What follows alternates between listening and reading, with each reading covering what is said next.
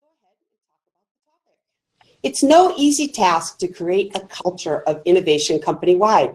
On today's Hangout, we have two stellar panelists from US Bank and American Greetings to share their insights on how to identify design thinkers and innovators, really figuring out how they share their experiences and how they've been able to inspire people to make change. And the stories that they tell us will be very, very memorable, I am sure. So let's go ahead and hear about what they have to share with you today. Let me introduce our panelists. First, we have Valerie Linsell, who is Vice President of Innovation at US Bank. Hi, Valerie. Hello. And she, as a strategic, human-centered design innovator, Valerie provides thought leadership and innovation expertise when helping partners design user-centric solutions based on research, insights, and trends. Valerie helps partners engage in meaningful sessions to identify growth opportunities, explore disruptors, and create solutions that add value today and into the future. Welcome, Valerie. Thanks, Gretchen. Happy to be here. And we also have Lisa. Lisa Waskovich is Director of Innovation, Digital Innovation at American Greetings, where she gets to spend her time making the world a more thoughtful and caring place. With experience in the leadership of creative, business, and technology talent, Lisa thrives where design, brand, and technology intersect. Her cross-functional team was created to help today's consumer make meaningful connections in exciting new ways. So you can see we have two great companies. Hi, here. everybody. Hi, Lisa. Really, I mean, personally, I love both American Greetings and US Bank. I mean, as a customer, consumer, and great products, great companies. So I'm really, really happy to have both of you here. And I am Gretchen Hoffman, Vice President of Marketing at Altitude, a design and innovation consulting firm who was recently acquired by Accenture. It is focused on product innovation and design. We're based in Boston with clients like Under Armour, Nike, Colgate, DeWalt, and Thermo Scientific. My role today is as the moderator. So let's get into what you're really here for. Panel discussion on how to create a culture of innovation in your company. So let's go ahead and start with the first question. I'd love to have both Lisa and Valerie answer it, but let's go ahead and start with Lisa. And really, what are the key characteristics of great design thinkers and then of great innovation teams that include those design thinkers? Thanks. So thanks for having me today. So for me, there's a lot of characteristics, but the four main ones that come to mind are collaboration. So being able to not only lead and follow on a team, but also to participate. Sometimes leaders always want to lead, and good innovators are able to participate when other leaders are leading as well. I think empathy is also another really good characteristic. Having the ability to sort of observe the world from multiple points of view and multiple perspectives, especially when it comes to the consumer. The fourth one is someone who can thrive or survive in ambiguity and chaos. A lot of innovation work requires a quick shift in focus and the ability to let go when something is sort of failing or not going in the direction you had hoped. And then I think lastly, it's about having amazing communication skills. So not only being able to verbally communicate, but also the ability to translate your idea or your thought somehow visually. And you don't have to be a designer to do that. We say as long as you can take a marker and put it on a Post-it note and sketch your idea visually, that helps as well. Valerie, what else do you have? Yeah, I think that's really great, Lisa. I totally agree with you on the empathy part. I think great design thinkers have that empathy, that ability to see from the user's perspective, understand their point of view, really understand the pain points or challenges they're facing if you're solving for those. And I think that's a key characteristic. But also, I think you have to have empathy to be successful with design thinking, because that's really where it's rooted and started in, really understanding that user. I think, great design thinkers are curious. They're asking why. They really do want to understand that. That understanding is critical. And like you said, being able to articulate one line on a sticky note, perhaps, into a really great prototype or proof of concept, really to articulate that idea back to the user base and get that testing and validation is critical.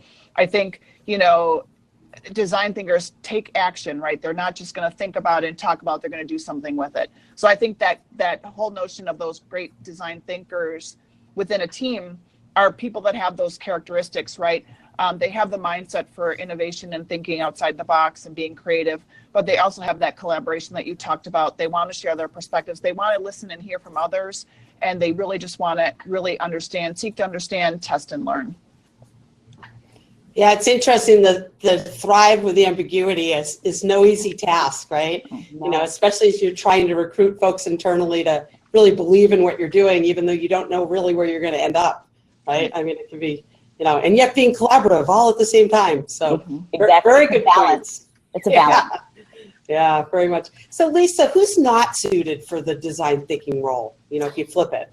Yeah, you know, I probably have a longer list for this one, but I'm going to focus on two specific things, really. I think there's a lot of people who feel like they're creative and their ideas or sort of point of view is the best and it'll always be the best. So people that I find challenging to work with in the innovation space are people that are motivated by selling only their own perspective and driving that perspective from start to finish. You know, that those same people seem to also be people who don't listen very well. And to me, influence is such a big part of innovation. So if you're stuck with being the best in your own mind, then you'll never be open to seeing that others have great ideas as well. I think that adds a lot to chemistry. And if you don't have good chemistry on your innovation team, things can certainly go awry. So personal passions can get in the way a lot. Yeah, absolutely. I think it's, you think about it, the people you really love to work with are usually the ones who could be good at this, right? I mean, in a lot of ways that are open and, you know, very, very collaborative. So well, let's talk about some of the key challenges. So Valerie, what would you say are the key challenges companies come across when they're striving to be more innovative? And then can you also comment on what the hurdles might be that might hold companies back from being more innovative? Sure, Gretchen. I think one of the biggest challenges is around culture. Never underestimate the power of an organization's culture or DNA, right? If your culture is risk adverse, you know, innovating is going to be a real challenge because you have to work in that ambiguous state of not really knowing what you're solving for, confirming that you're solving the right thing, exploring different opportunities and challenges. So I think you need that culture to be supportive. So for me, that means really giving teams an opportunity to test hypotheses, to ask questions, to be curious, to challenge the status quo, but the culture can get down and dirty pretty quickly and you know, preventing that from happening. I think teams need to be able to work in a culture that really grants that permission to try and fail quickly. It comes not only from top down, you know, management saying we need to be innovative, but also those middle managers as well. Some of the hurdles that we've seen over our time of creating an innovation capability here at US Bank has been that negative bias, right? We've tried that before. That would never work, that kind of mental roadblocks. Breaking through that is a hurdle. Sometimes lack of clarity from the top of what they really think innovation means. It might be something different to you versus them. So getting clarity on what does innovation mean for us as an organization is a hurdle that needs to be overcome. And then I think just making sure that you're hiring those employees that are comfortable with ambiguity, that are curious by nature and truly collaborative to run and do the right thing for your user, for your customer, for your client, I think are hurdles you need to overcome. Lisa, what do you think? Yeah, so similar, my experiences as well. I think the idea of failing fast is really critical. Not that you strive to fail, but that you're open to be curious and uncover things that might not have gone the way you thought. But also supporting that with the right people and the right budget. I think sometimes company, and that lends itself to culture, will say, you know, we have a culture of innovation, fail, no problem. But then it comes down to like, well, then how much money did you spend, right? That always becomes a challenge or a hurdle that you have to accomplish. Also, on the planning side, being allowed to be curious and innovate without having to have an ROI on day one of why you're doing the things that you're doing. I mean, a return on investment can't be one of the factors in decision making that you're doing and in the innovation process. I also feel like one of the other biggest challenges is companies make mistakes in thinking they can structure their organizations to have innovations live on the same team as those that are responsible for the inline initiatives, which sets up for a lot of failure when it comes to prioritization. You know, innovation doesn't often win when it needs to be prioritized against initiatives that are already driving revenue for the company. So those are challenges. And I think just trying to drive towards a culture of having a little team with a little bit of money to start, separate from the core business or the core initiatives or inline, whatever companies call them, to have focus on growth is critical to success. Yeah, I think that's a really, really good point. I mean, it is true in the end, particularly where our company is will they invest not knowing yet where the ROI is going to be, right? I mean, right. Sometimes you don't know, right? You know, yeah, and that is a huge hurdle, right? We experienced that early on of really trying to get senior leaders to understand that the ROI will come later. And if you're really looking for future forward innovations, you may not see the ROI right away, but if you are patient and nurture that innovation, it'll, do you quite well in the end. Yeah, I mean, you really need some senior level champions to drive this forward, right? To keep it and believe in it and have it be a consistent strategy and frankly, a goal from the top, right, for the company. Definitely. So. And I think that also having a strong leadership over the innovation group as well, people not willing to take no for an answer and being able to push back on when priorities change or when they're shifting budgets, being able to have the confidence to speak up to say that might not be the right thing to the senior leadership overall, I think is helpful. You can't be passive in innovation, for sure. Yeah, well, that brings us right into the next question, which ties in with risks, right? So can you, let's start with Valerie. Can you share some tips really to help position the innovators so they're inspired to feel comfortable taking risks and yet still fuel the company's zest for innovation success, right? And we're talking about this, but I'm sure you have some tips that will help them. Sure. I think whenever possible, you need to give those innovators the latitude to test and learn, to really give them that support that's needed, whether it's a strong leader, as Lisa has said, or a structure in place that supports that. I think it's important for innovators to focus on those near-term opportunities that maybe the lines of business, the day, keeping the lights on type of folks can't focus on, to get those early wins, but also give those innovators the opportunity to look at more future forward, longer term, riskier opportunities as well. I think innovators need to share their stories, the successes, but also the failures and what they've learned. Our failures are celebrated. We learn from them. We move on. We recognize that we fail often and fail early, so there's not that big investment involved. I think innovators need that permission to do these things, to fail, to try, to test, to learn. And they need to be able to focus on activities that are aligned to strategic goals and objectives, so that if an idea pops and it's really meeting the need, really solving the problem, there is a really high likelihood that it will get implemented and launched. They'll see the fruition of their efforts if you keep it in that pathway. Lisa, what do you know about that? I think that two other things I'll add to that are, in order to move fast, it's important not to let hierarchy get in the way. So when you've arranged a team of creative problem solvers or design thinkers, whether it be permanent or on a project basis, I think it's really important that you don't start off the bat and say, this person's the lead, she's in charge or he's in charge of this, and this is your role. It's like you need to shed all your roles and your titles at the door in order to move fast. Because I think what you find in innovation is there is no expert because the answer hasn't been developed. And so if you can just get people to move past the idea of hierarchy, I think that's critical. So you might ask, how do you do that in the corporate world? Well, it's a challenge, really. I think that when we do it, it's about coaching the junior members of the team to have the confidence to go in and present to the senior leaders that are sponsoring the innovation and letting them know they're just a person too, right? And with innovation, you're not going in there telling them you're, losing a lot of money. Hopefully you're going to be making the company a lot of money. So it's really just prepping the team members to have the confidence to shed the hierarchy and not be intimidated to present to leaders as well, or share with leaders or ideas. So additional thoughts. No, that's a great point. Lisa, can you comment, as you're talking about the people that might go in and talk to them, it's like, who needs to be involved in the innovating, and can it be a small group or small department? Like, how do you see that? Yeah, so I think, a company can start innovation with one person. I think as long as that person has the flexibility to be curious and a little budget to be dangerous, it can start that way. over time, I've met with a lot of innovators from other companies, and some people have one person and some people have hundreds of people at companies. I think what's critical is that at the top level, you absolutely have a sponsor.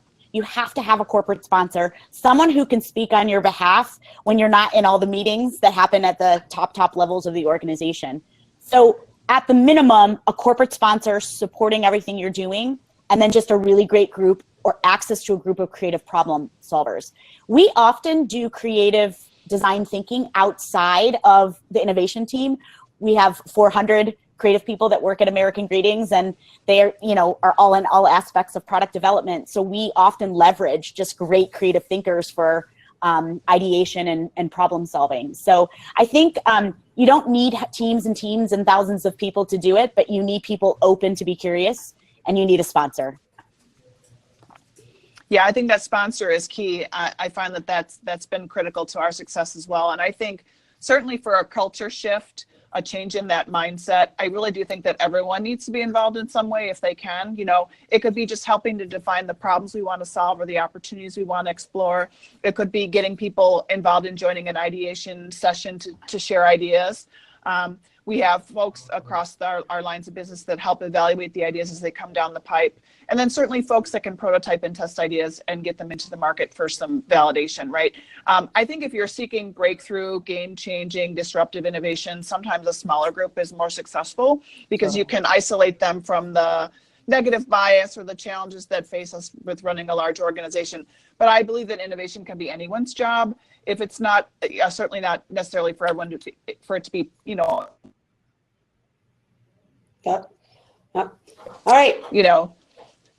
Do that in such a way that it's helpful, that they can get involved and feel like they're adding value. Yeah, very good points. And, we've talked a little bit about the people, right? And, we mentioned earlier still, how do you get executive buy-in and frankly have goals at the top, right? To make sure that we really are shifting the whole company towards a culture of innovation, right? That's the topic. Mm-hmm. So Lisa, I'd love to hear your thoughts on how can a company maintain its strategic vision, right? That's oftentimes a challenge for companies, right? Is they're like, oh, if I focus on innovation, everything else is going to get forgotten, right? We're going to lose our revenue. So how does a company maintain its strategic vision and current goals, and yet still make time for the creative and innovative projects that diverge from its normal scope? Definitely. I think it's all about creating strategic goals for the company and ensuring that regardless if you're working on something that is an inline, a corporate initiative or innovation, that everything rolls back to the mission of what your company is doing. If you're going out and doing breakthrough innovation, American Greetings wouldn't likely design a new feature for a car because that's not a part of the vision that we have or the products that we make. So I think that when we look at the balance of innovation and corporate, one of the things that I try to do is ensure that I'm adding credibility and support to the core business, as well as offering them things to consider that are a little bit further out on the horizon. So I think it's about really good planning and really good communication. Oftentimes we'll do product roadmaps that ladder down from the strategic visions, and we'll see that there's a lot of thinking that needs to be done in both directions. We need help from the strategic missions and visions, and they need help from the innovators. So it's about road mapping, I think, and goal planning. But communicating is really, really critical. I think if you go off on an island and try to innovate outside of the corporate mission and vision, you're going to probably run into way more hurdles than we talked about earlier in the panel. Yeah, I think it's important that you look at that they complement, right? It's not one or the other. Yeah, right? totally. Yeah. It can't be either or, it has to be and, right? Mm-hmm. Yeah, and I think it's a challenge because people are in departments, right? So they think X is their role, right? And they need to look at it like, frankly, there's various people in various organizations that need to be contributing to innovation, right? Totally. For the good of the company. Totally. So. I think one more thought I'll add is in reverse, is how not to use the innovation group to be the overflow group. So when capacity of strategic initiatives go over the capacity of what's been planned, not going, oh, well, they must be available, right? And being able to thoughtfully accept new requests or new need for ideation in a way that is continuing to create that balance, because you could very well be a secondary design team, so to speak, for things that really isn't what your core focus is as an innovation team. Yeah, it was interesting. One of our first hangouts we had in November, which was basically how do you sell your ideas internally? And we had GE, LPL Financial, a couple panelists on. And the theme that resonated is the innovation teams really look at themselves as facilitators of innovation within the company, not that they're the ones doing the innovation, right? Correct. That's and that's a really, I think, good point to think about is don't just look at that team and say, oh, they do the innovation, I'm busy doing my financial reports or, whatever it is. Right. And, you need it across the company. Yeah, right? absolutely. Agree. So, Yep. Yeah. I think there was a question that come in the question and answers that I added to the panel questions because I thought it was very relevant to the topic and what people might want to hear about. And Valerie, I'd love to hear your take on this is how do huge organizations socialize innovation within their cultures by communicating across the organization? And then can you clarify how this works? Yeah, that's a great question. I think socializing innovation is a critical part of changing that culture and really getting people comfortable with the thought of innovating and what it really means. We work really closely with our internal and external communication and PR teams to kind of share updates on pilots and launches we're doing. We share our failure stories, as I talked about before.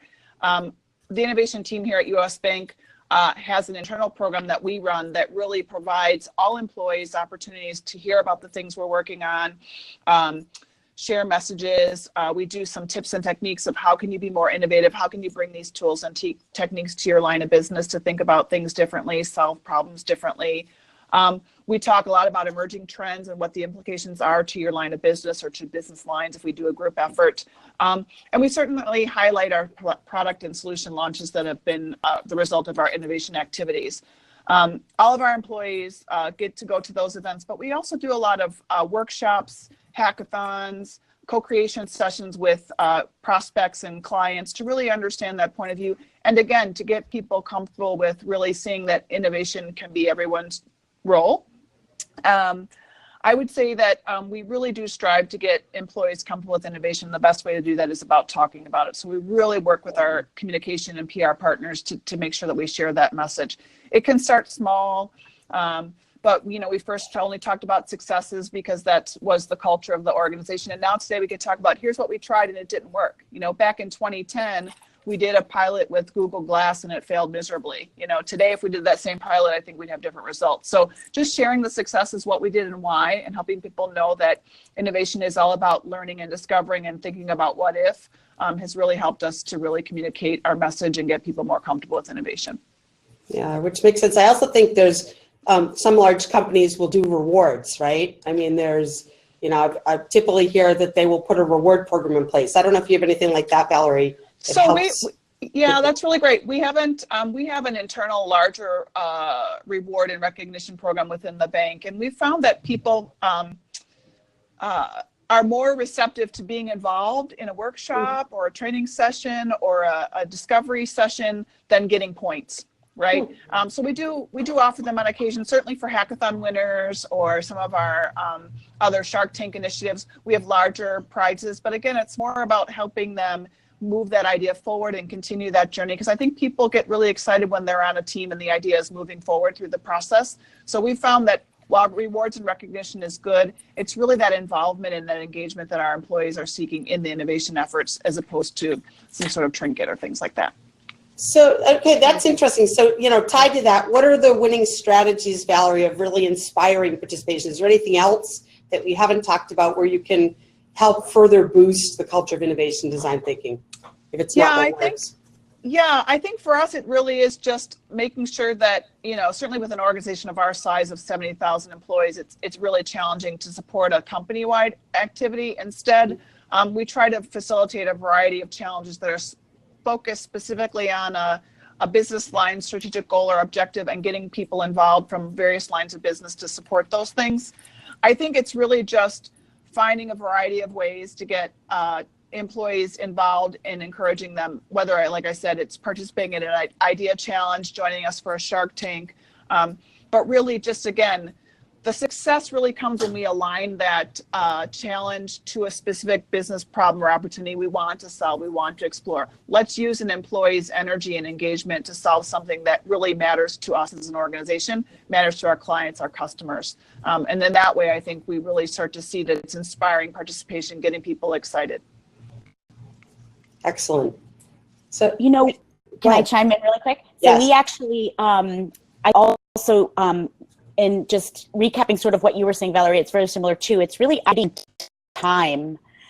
Everyone wants to design and be a creative problem solver. So just giving them the opportunity to participate, like you say, in creative problem solving sessions or in hackathons. Not necessarily as much about the rewards in our own company, but it's also about visibility in letting people show off their talents outside of the work that they do every day. So opportunity and time, I would add to that as well. Excellent. Yeah. So Valerie, are you regularly soliciting ideas from in the company, and how often? Just give us a picture of how that works. Yeah, so we have found that doing directed challenges, solving a specific problem, exploring a specific opportunity have really been useful and appropriate for us because, 70,000 employees, you can get everything from I want tuna fish in the lunchroom to we should be selling crazy things in our ATMs, right? So we really found that if we can help a business line partner solve a specific problem, bringing a variety of employees together to solve that in a challenge is really great. That's one way. We do challenges like that, specifically focused on a problem or opportunity weekly, sometimes multiples a week. And then we'll do those workshops that are more customized for a business line, getting people in a room, 2 to 3 day workshops to really focus on a problem at least once a month. So we do find that we're soliciting ideas, but we're soliciting ideas for a specific problem or opportunity. It's not just a general all open suggestion box because that would be very unwieldy and difficult to manage. Yeah. So how do you keep the momentum going, right? You're regularly soliciting ideas, how do you get people not to just start fading out and losing interest, right? Because you're not doing rewards, things like that. Yeah, I think it really is because we're aligning those challenges and those opportunities to specific goals and objectives. There's a very strong likelihood that an idea is going to come to fruition. So I think that's one facet. I think, as Lisa said, giving people visibility to senior leaders and being able to share their idea or pitch their idea is a lot of what people are seeking. I think my experience, I've been in innovation since 2008. My experience has been that people just want to be able to be a part of it, to share their ideas, to collaborate with others, to bring a different point of view. And I think that's where the value is for us, is making sure that our employees have that opportunity. We do try to highlight employees outside of the innovation team. We do case studies and stories and highlights, almost like a day in the life of someone that has participated with us, whether it's our Innovator in Residence program or a co-creation session with prospects, really getting that outside view from outside the innovation team that's been really helpful.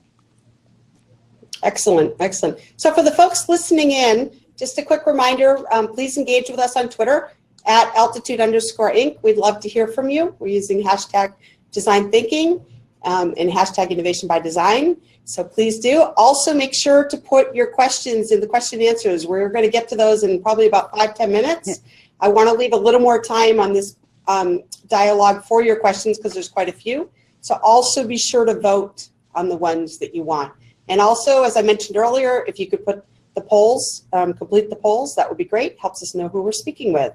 Okay.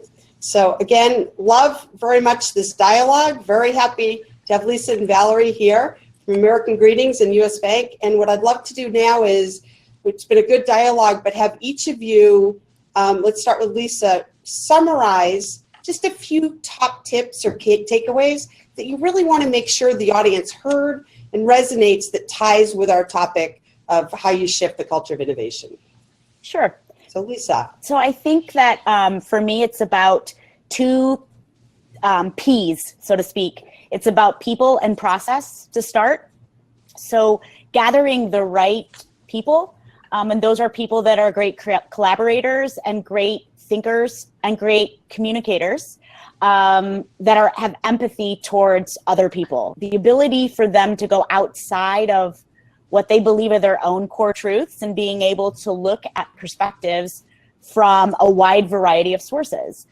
I don't think I spoke about this a little as much in the beginning as I might have, but process is critical.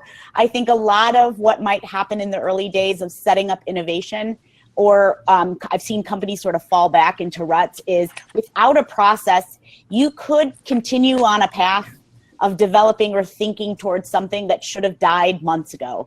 And so making sure that you have those hard stops in your process for yourself to be able to take it through the right innovation process, to making sure that you are failing fast and failing honestly, and only moving those things forward that have the right value for what you're trying to accomplish. Yeah, People?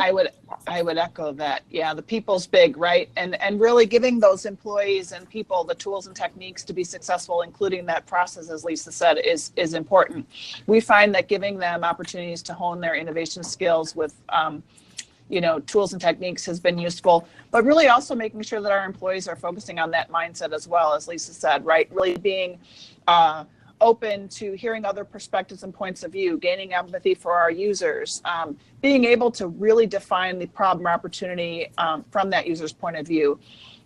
That's important. I think the other thing I would say is to be able to communicate. It's important to communicate to the entire organization the innovation efforts that you're doing and why innovation is important. Communicate early and often, key thing, right? Talk about innovation, share ways to be more innovative. Those things can be key to changing your culture, because it's going to be something that people get more comfortable with. Giving all your employees that opportunity to participate in some way, whether, again, it's sharing those ideas, being an evaluator of ideas, shaping ideas, all those things add value. I think it's just that message, the right people, as Lisa said, and making sure that people have the tools to be successful.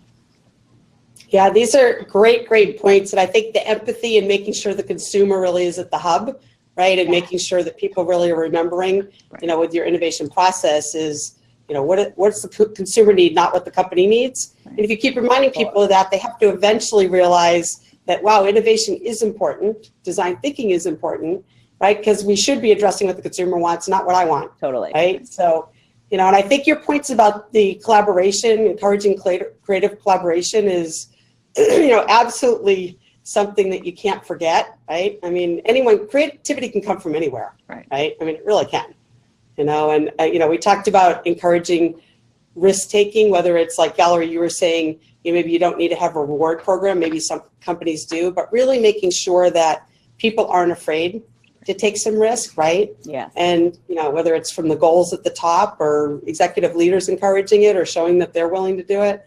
But, people really do need to be able to be empowered to do that, right? And I think having innovation in your strategy, your corporate goals and your strategy, as both of you have mentioned, I think is, critical. One that I've heard some people talk about that I don't know if we've talked about here is, having your workspace open. Like even here, we moved into a new area, I don't know, about a year or so ago, and, nobody has a closed door, right? Everything's open, very, it's almost like the warehouse type idea, right? And everyone open desktops, everybody sits next to everybody, and that can foster more communication. Like you both were saying, is the communication is really, really key. So I don't know, I found that tends to help a little bit too. You mentioned also, I think the budget aspect, sometimes there isn't money, so people need to understand why they're doing it and it's okay, right? And eventually the ROI may come. And that it really is an iterative process, right? We talk about test, prototype, learn. It's not going to happen. You're not going to get your results overnight. And people need to understand and set those expectations. Like I remember Aisha from LPL Financial talked about that in one of our hangouts, is you need to set the expectations up front and make sure that people are not, expecting you to have a result tomorrow, right? And they need to understand that it does take time, right? And some things will get thrown out. Right, definitely. Through the process. It's like framing up, we get requests all the time to do ideation sessions or to try to understand sort of a consumer need and how we might solve that problem. And the most important part that we have found is making sure you're clear on the mission of what you were asked, so that at the end of what you're presenting isn't a whole line of things where they're like, well, that's not what we told you to work on. And having in the series of documentations to show that you communicated that. Remember in this meeting, we talked about this. So I think that's really important. And then I want to talk a little bit about space for innovation. I've learned just recently is that everyone thinks and problem solves differently. And so having different spaces where people can go either group think in a large room with Post-it notes and brainstorms and flip charts and markers, but also allowing people to take time to go back to a quiet space where they may want to think individually has been critical. I think we typically go towards the big, large group ideation sessions, and I think it's interesting to be able to get people to have quiet space on their own to think through things. And we do that by letting them think through things in advance. We'll pose a problem and give them a week to think about it if we have the time to do that. Or, we'll let them take an hour in the middle of our session to go away, think about it, and come back. So some additional tips there on space to innovate. Yeah, great points. And I really do want to thank our panelists. For anyone who doesn't know, AT&T was going to join us and they had a quick emergency meeting, so they did not. So Valerie and Lisa, you guys stepped right up and jumped in. And I know everyone's not here to hear what I have to say, but I was adding since we were short one panelist. So thank everybody for engaging in the dialogue. And we definitely will get to your questions in a moment. But first, I do want to encourage folks to know that you can visit our website, which is altitudeinc.com. We have various hangouts there. We have the one for November that I mentioned, how to sell your ideas internally, your innovation, obviously ideas internally, and many others in the series. This is the 9th of this series that we have. So please, I encourage you, they're all free resources to take advantage. And then next month, we will have in July, on July 13th, we'll have Ralph Lauren, Simmons, and LPL Financial talking about how to build your innovation provider ecosystem. All right, so encourage folks, and that will be available to be able to be registered for this afternoon. So with that, let's go ahead and take the questions from the folks on the panel. I'm going right to the questions and answers tab here. So for any of the folks who are listening in, again, put in your questions or do your votes. Wow, we have a lot of votes here. For one of them, but I actually had already added it. So Mark, thank you for that great question about socializing internally. And we've already added that to the panel. So it was clearly a winner. Another one that looks like we'd added to the panel and was about the strategic vision. So I'll move right down here. What we have here is from Paula. Thank you, Paula. It says, is there a litmus test for organizations that want to talk about innovation versus those really ready for a methodology shift? And what are the practical ways just to get started? Nice. That's a really good question. Valerie, do you want to go? Do you want me to take it? It's up to you, my friend. Why don't you go first? I'll follow on. So I think what you're asking is, how do you know if the company is honestly shifting towards innovation or if it's just them wanting to say that they're shifting towards innovation? I think that's what you're saying. So if that's the case, I believe that a true shift in culture happens when dollars and people are allotted, whether with inline groups or whether it's a separate innovation group, when people have been tasked and their whole concept of what they're doing is focusing on innovation.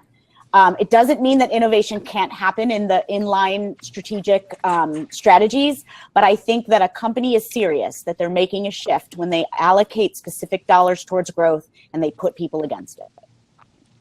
Yeah, I think Lisa's spot on. When we first started our journey back in 2008 at an enterprise level, we did just that. We had a specific problem we wanted to explore. We brought a variety of team members in from different lines of business to support that structure. And we had senior sponsorship at the very top of the house to support that effort. I think that's key. And then you know that it's for real, right? And as Lisa said, our team has grown from a very small team to a team of almost 30 that are specifically U.S. Bank innovation.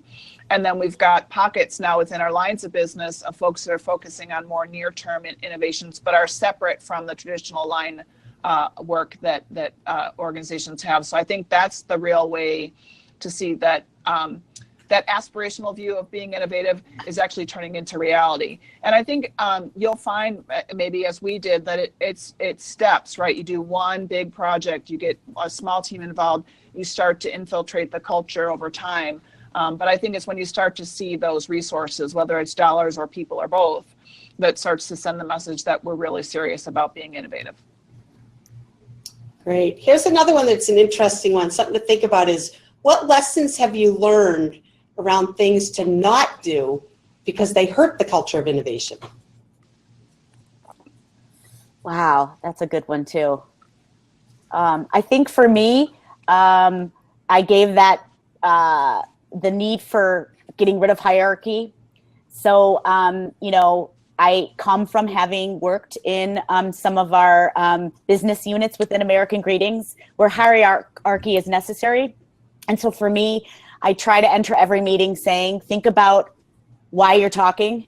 And I want to be the one that's hopefully not talking the most in the room, which is hard sometimes because you get excited about what you're working on. But allowing everyone to have a voice in the room is critical. And I think that's an opportunity I'm still working on. Yeah, it's also interesting if you think about it. Many of the things that both of you said on the Hangout, you could almost flip it and say, don't, you know, careful not to do it. So for example, when we're saying you need executive leadership, you can flip that and say, okay, don't proceed without executive leadership, right? Totally. So I think people could flip that also, where we talked about the types of people that you want to facilitate the culture of innovation, right? You know, and along with the goals. So it's like, don't proceed without some of those things. Right. Yeah, I think if you don't talk about what you're doing in the innovation world, if you don't talk about your successes and your failures, you're guaranteed to not have an innovation culture, right? Yeah. Because people just Totally. don't, it's not something that they think about. And I think also being exclusive is challenging because people feel like, oh, well, it's innovation, it's not my job. I think it has to be everyone's job. Yes. Maybe not full time, but if I say, hey, I'm doing an ideation session, come and join me, I want people to feel comfortable that they can come and spend an hour to do those sessions. So I think those are things too, I'd say, of definitely if you don't do those things, innovation is going to suffer. Totally. Yeah, great. Okay, here's another one. How do you get innovation to permeate the culture rather than having a carve out within the company that is unique and different? I think we've addressed it a little bit, but anything else to add? Or do you want to take it or do you want me? Well, I think it's just a matter of really communicating out what you're doing and why, aligning it to strategic goals and objectives, really communicating and making sure that people can be a part of that. As you said, we've talked about the communication piece pretty openly. I think having that collaborative mindset of having people come and involve, share their perspectives and points of views can get innovation to permeate the culture. And I think talking about it's the best way. What do you think, Lisa? Definitely. I also think that for the group that is carved out, if you have the luxury to do that, making sure they continue to add value by participating when asked in the inline or core business units, and also asking the core business units to participate in the 3 to 5 year out ideation sessions is helpful too. So whenever ideation happens, it's not either or, it's a process by which the company as a whole is working towards solving a problem creatively. Yeah, it's interesting because I think, you know, a lot of the things that you both said before in terms of making sure, you know, that you're I'll just say over communicating, right? Because you always have to communicate more than you think you have to, but also recognizing people that are contributing, you know, making sure you're shouting out the wins and successes, right? You know, if you get ROI, to make sure people know that. Because then everyone wants to contribute to a winning horse, right? And so, you know, from that standpoint, I think you can start getting more momentum. Yeah, definitely. Yeah, and I also think there are people that just really do want to shake that status quo, right? They recognize that there's more value we could be adding to our clients or customers, or they see that there's value elsewhere. I would say that, you know, it's not just the successes, but to focus on the what ifs and the possibilities as well. Yeah, that can help shape innovation. Yeah. Really good point, Valerie. Okay, how do you move an organization beyond the talk, you know, of talk, we are innovative, to the walk, here is how we are succeeding? And again, all of these questions relate a little to what we've said, but maybe you can summarize and answer. Yeah, I think as much as you can do to start one project at a time, innovation is aspirational. And I know that if you're excited about it, you want it to go, you know, to be a one project to 500 or more projects a year. As much as you can start one at a time and talk as much about it to as many people on how you're approaching the project, the purpose of the project, what you learned in the project and the value you could provide other associates in the company over time is the perfect thing. It doesn't even have to be a carved out innovation group. It can be you as an individual showing a thought process that you had to get from point A to point Z in your thought process. So I think it's just starting one project at a time and not taking on too much before you've got the acceptance. Yeah, and I think also being able to define what innovation means to you and your organization is important, because it might mean different things to different people, and just having that synergy and that consistency of messages is also very valuable. So we've talked about measurement. So there's a question here that says, how do you measure success with a culture of innovation? What KPIs do you use? Oh, that's a really good question. And we're actually, as a team of 30, thinking about how we do measure that today. You know, certainly when we first started, it was all about engagement. Are employees getting involved? Are we doing training sessions? Are we doing ideation sessions? Now we've got an innovation pipeline that we show the ideas that are at various stages of the process, what's going on with that. And then certainly of those ideas which go to fruition, that go and get launched or implemented. But we're still trying to figure out the master KPIs per se. I think it really is, are people engaged? Are the ideas moving? Are they dying when they need to die, right? Because they're not going anywhere. Those are sorts of the KPIs that we use today. And I agree, we're still working on that as well. But for us right now, it's about the value that innovation brings to the company. And I'm not talking financial at all. I'm talking the value it brings to an individual, the value it brings to just overall the culture of what the company is trying to do, and the value that it brings to any initiative that you're working on. I think that what innovation does is it brings a different mindset and way of thinking than however the company or the project or the people have looked at it prior to that moment.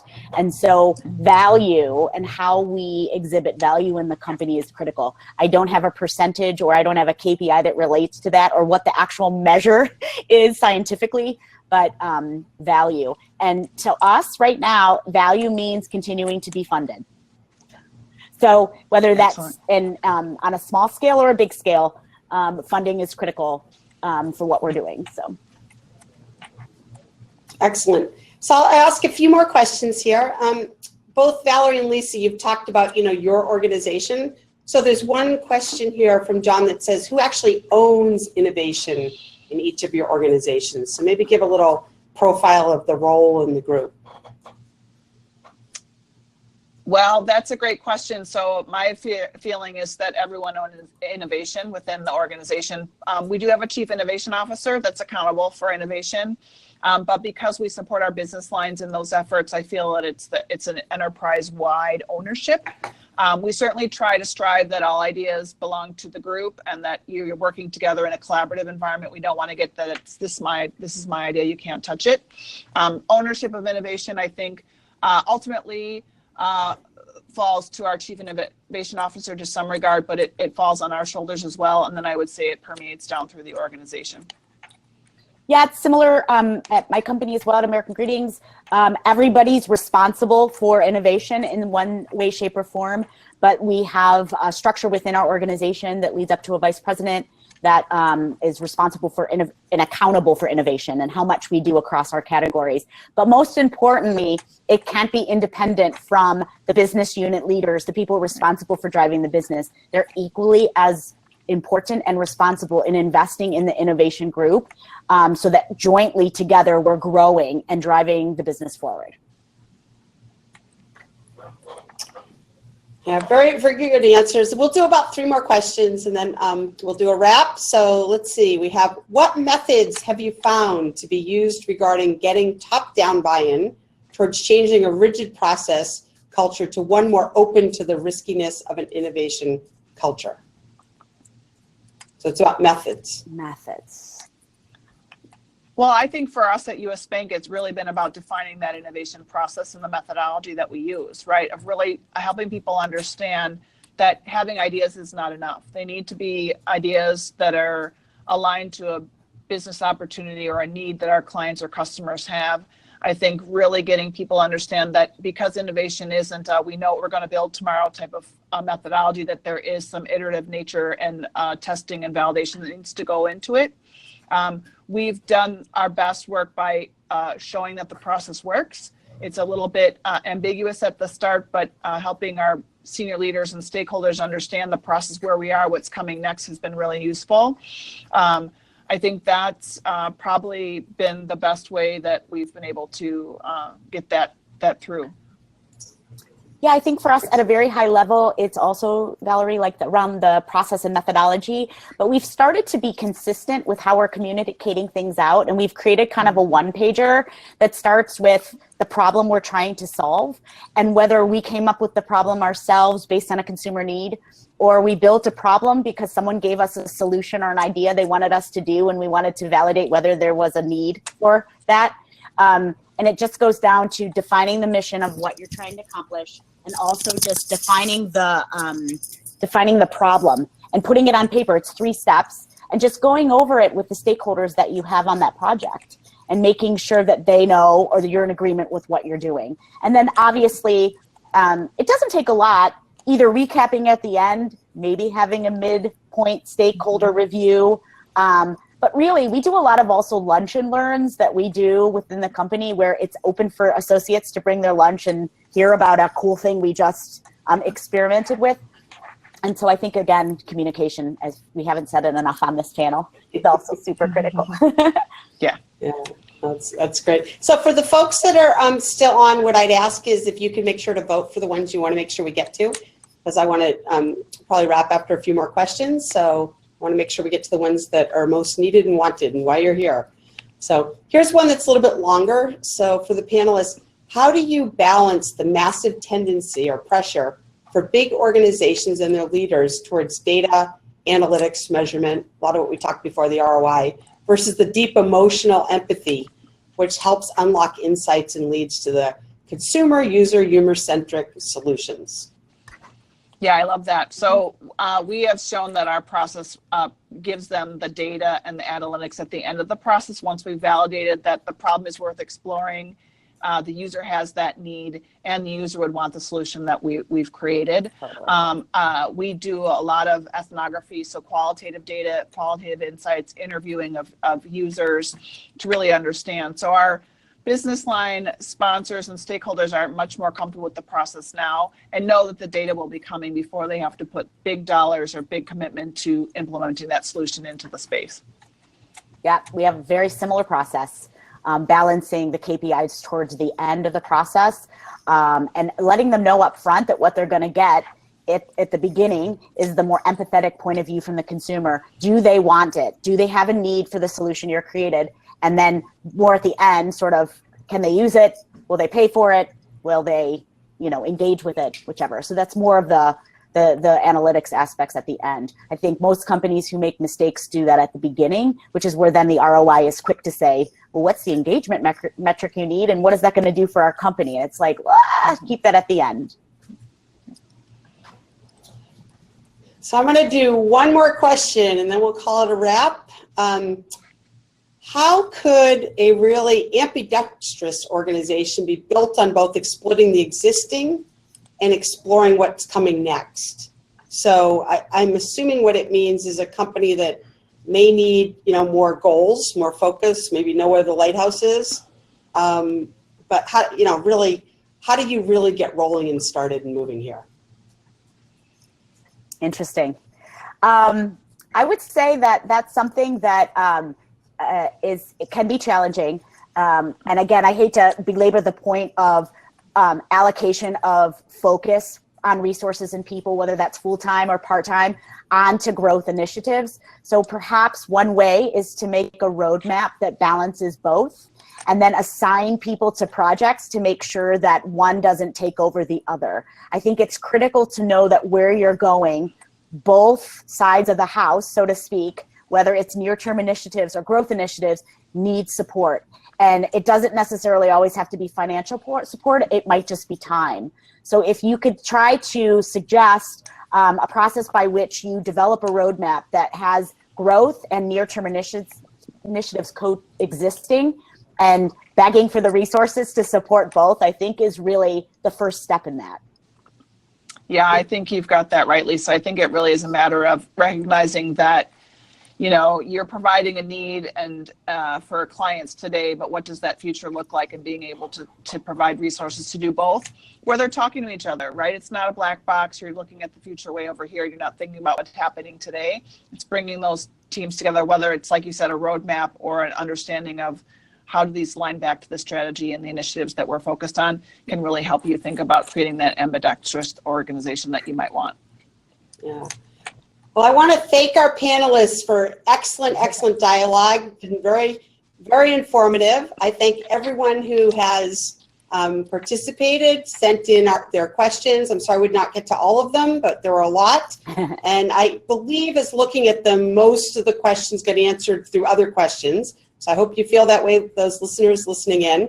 Thank you very much, Valerie from US Bank. Thank you very much, Lisa from American Greetings. And I encourage the folks listening in to go to www.altitudeinc.com for more free valuable resources under the Insights tab. So thank you, everyone, and have an absolutely great day. Thanks for Bye-bye. having us. Thank you.